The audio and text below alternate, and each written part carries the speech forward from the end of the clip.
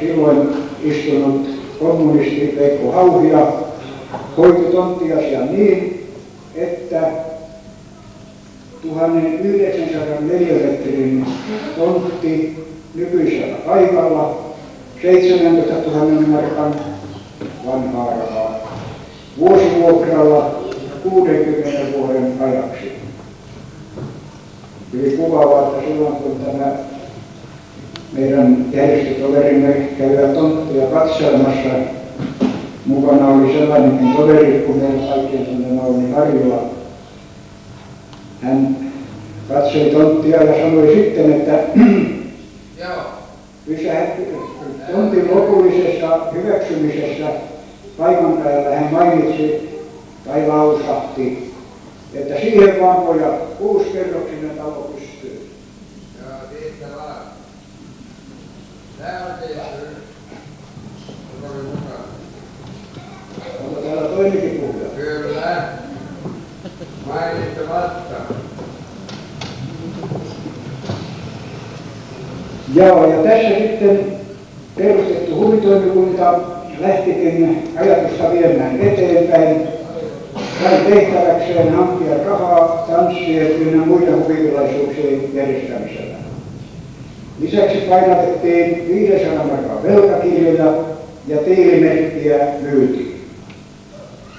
Järjestötalon liustuksia jouduttiin laatimaan useampia rakennustestarien Slupin, Tuomelan ja Saviojan sekä insinööri Österbergin piirustuksia käyttäen syntyi tämän näköinen talo, jossa nyt vietämme 30-vuotisjuhlaa.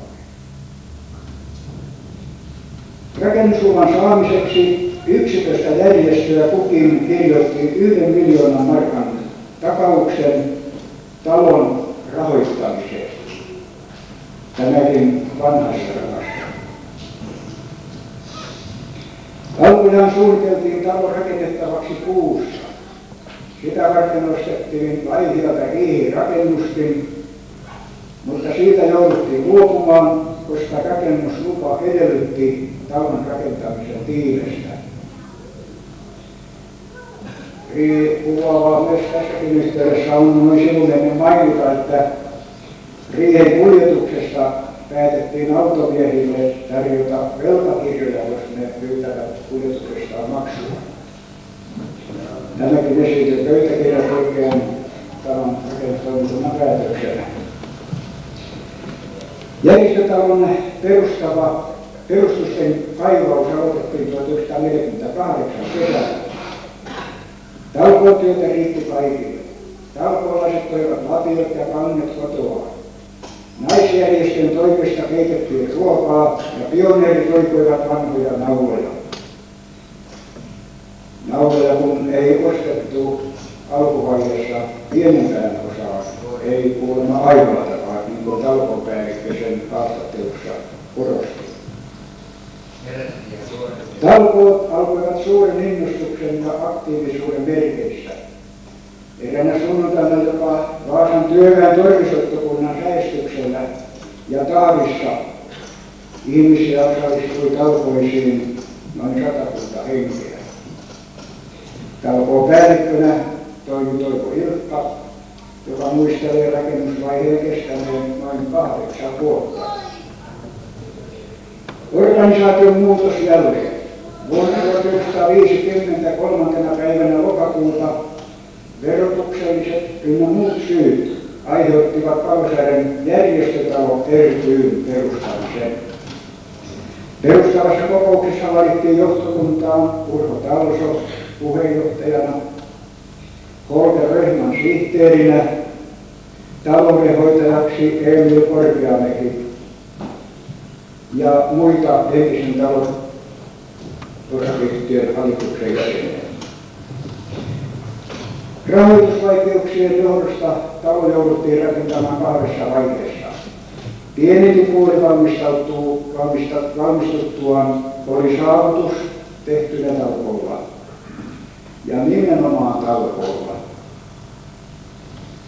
Toiminta uusissa tiloissa, tanssit ja juhlatilaisuudet tuottivat rahaa. Järjestöväki kansoitti salin tummoksen saakka. Ihmeelliseltä tuntuikin Kansantalouden ehdotus Helsingistä, että talon tulee myydä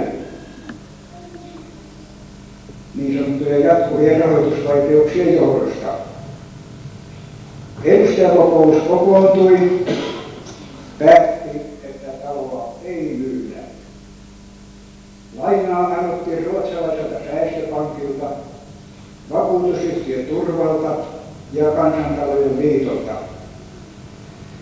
Tukiringasrahaston jäsenet sitoutuivat 5 vuoden aikana antamaan 2000 markkaa vuodessa korotonta lainaa. Jäsenmäärä tukirinkaassa oli 1952 150 ja tavoitteeksi asetettiin 500 tukirengasjäsentä. Työnten osuusliikkeeltä saatiin tavaraluottoa ja yksityiset henkilöt auttoivat tavara- ja rahalahjoituksin. Järjestöveteraanit muun muassa lunastivat ikkunoita ja ovia talon rakennustarpeisiin. Eräs esimerkkitapaus, joka näin historiikin yhteydessä tulee mielestäni myös kertoa. Nimittäin jo sokkelivalun aikana loppui hiekka. Talkoopäällikkö lisätilausta yrittäessään sai selvän vastauksen. Kuutiotakaan ei tule ennen kuin vanhat on maksettu. Mikä sete? Talkoomiehiä paikalla ja mestaritalkoomies Santeri Pukkila antoi rahat ja sanoi, mene maksamaan, että valu jatkuu. Simmo Laakso johtokunnan silloisena puheenjohtajana ja Palle Korkeamäki sihteerinä jatkoivat talkootoiminnan johtamista niin sanotulla uudella vuodella. Yli 10 000 tiiltä muun muassa valmistettiin talkoilla, jotka sitten muurerit Yrjö Sompin johdolla talkoilivat talon seinään, samoin talon muurit ja savupiippu. Nämä tapahtui jo pikkupuolella rakennettaessa pienempää osaa. Maksullisena työnä jouduttiin teettämään puutyöt, sähkötyöt ja putkityöt. Maalarit tekivät työnsä talkoilla osittain Aholla, Paassolla ja Karhuvalla. Puudella tehtaan naiset